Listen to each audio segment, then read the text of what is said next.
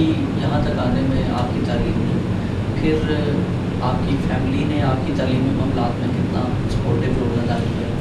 यहाँ तक आप पहुँची हैं, आप यहाँ पर पार्लियामेंट्री सेक्रेटरी हैं, पार्लियामेंटेरियन हैं, कभी इस दौरान, इस सफ़र के दौरान आपको जेंडर डिस्क्रिमिनेशन का सामना करना पड़ा? जी बिल्कुल, लेकिन मैं यहाँ पर ये कहूँगी कि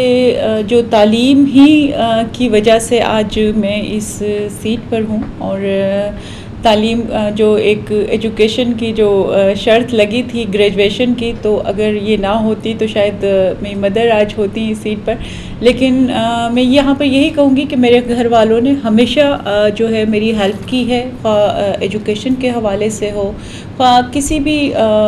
मतलब सियासत में भी मेरा बहुत ज़्यादा मेरी फैमिली का सपोर्टिंग रोल रहा है। लेकिन एज़ अ लेडी होना, एज़ अ वुमन होना, हमें बहुत ज़्यादा ऐसी जगहों पे भी स्ट्रगल करनी पड़ती है, मेहनत करनी पड़ती है अपने आप को मनवाने के लिए कि बिल्कुल समटाइम्स हमारे जैसे जो ख़वातीन इस लेवल पे बैठी हैं उनको भी इन चीज़ों का सामना करना पड़ता है, जो जेंडर डिस्क्रिमिनेशन है। तो उस हवाले से, लेकिन यहाँ पर मैं एक जो है बात और भी कहना चाहूँगी कि जो ख़ास तौर पर पाकिस्तान पीपल्स पार्टी की, एक तो हमें इस चीज़ का बड़ा एडवांटेज रहा कि हमारी लीडरशिप जो है वो एक ख़ातून के हाथ में थी, और एक ऐसी ख़ातून जो बहुत ज़्यादा सक्सेसफुल रहीं, और उन्होंने हर जगह जो है अपने आप को अपनी सलाहियतों के बिना पर मनवाया है, और उन्हीं से हमने सबक सीखते हुए, उन्हीं को जो है रोल मॉडल बनाते हुए हमने ये अपने जो है वो बिल्कुल अपने आप में ये बात बिठा ली कि एक सिंसियरिटी के साथ अपनी जो है वो परफॉर्मेंस के साथ, बेहतर परफॉर्मेंस के साथ आपको जब तरक्की करते हैं तो फिर उसमें कोई भी मर्द या कोई भी ऐसा एलिमेंट आपको रोक नहीं सकता कि अगर आप सिंसियरिटी और मेहनत के साथ आप काम करें। तो बाकी मैं यही कहूँगी कि परफॉर्मेंस आपकी अच्छी होनी चाहिए। आप जो जिस फील्ड में हैं, आपको जो है वो मुश्किलें आती हैं, देखिए सबके साथ कोई ये नई बात नहीं है, आप किसी भी हवाले से देख लें, लेकिन उनको फेस करना भी एक मैं समझती हूँ औरत जितनी मजबूत है उससे मर्द से कई गुना ज़्यादा जो है औरत अपने आप में मजबूत है। तो ये चीज़ें उनको उसको बहुत काम आती हैं। जो जेंडर पैरिटी है,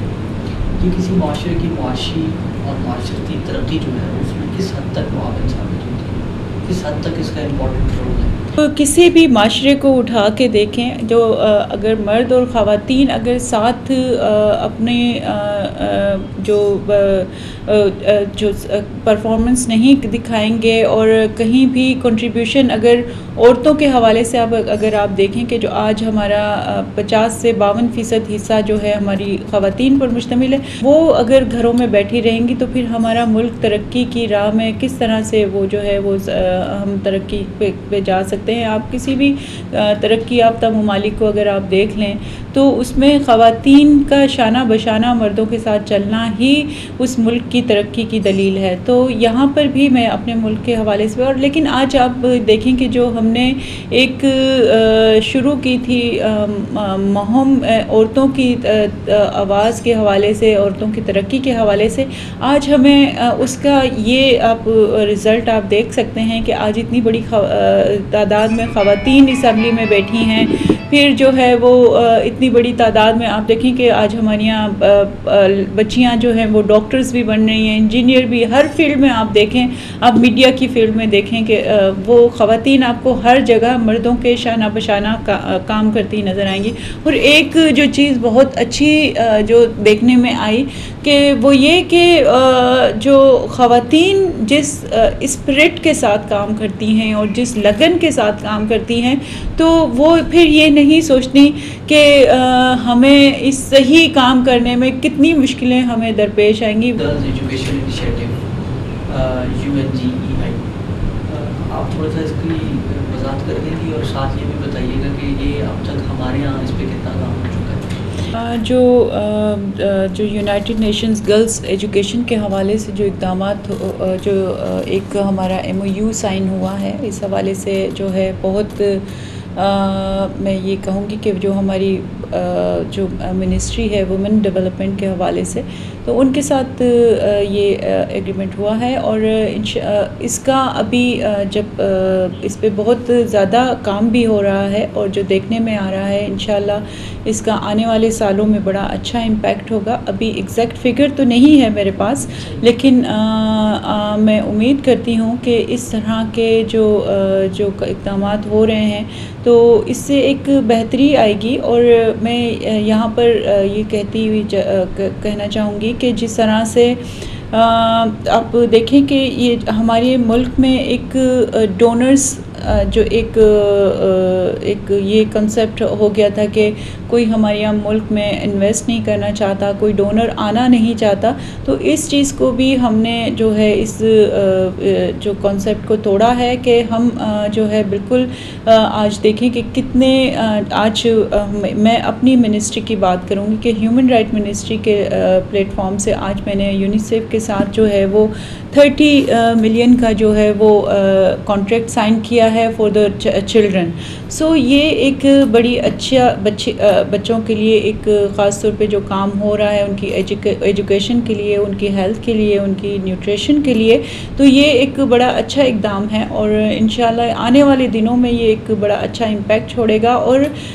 सबसे बड़ी बात है ये, मैं एक आपके चैनल के तवज्जुह से ये कहना चाहूँगी कि इस तरह के जो प्रोजेक्ट होते हैं या इस तरह की जो चीज़ें होती हैं हमें मैं अपने जो आने वाली मैं ये नहीं कहती कि दूसरी नेक्स्ट उसमें भी हम ही आएंगे, लेकिन जो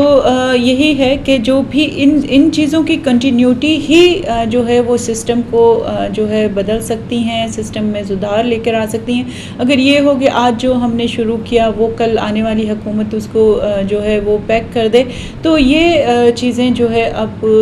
मैं ये कहूँगी कि इन चीज़ों की कंटिन्यूटी ही सिस्टम को जो है वो बेहतर बना सकती है। अदरवाइज़ अगर इस तरह के इक़दाम हुए तो फिर हमारे मुल्क को ही नुकसान होता है। अच्छा, अभी हाल ही में 18वीं तरमीम पास हुई और उसके अंदर आर्टिकल 25A जो है उसको भी किया गया। तो ये बताइएगा कि एक तो उसकी थोड़ी वजाहत कर दें कि education as free and compulsory, what it mean, और ये किस तरह इम्पैक्ट करेगा स्पेशली ऑन गर्ल्स एजुकेशन। ये जो हमारे अभी इस आर्टिकल में ये हमने 18वीं और 19वीं तरमीम के तहत जो हमने ख़ास तौर पे एजुकेशन जो ख़ास तौर पे 6 साल से 16 साल तक के लिए हमने फ्री किया है इसको एजुकेशन को। तो ये बहुत एक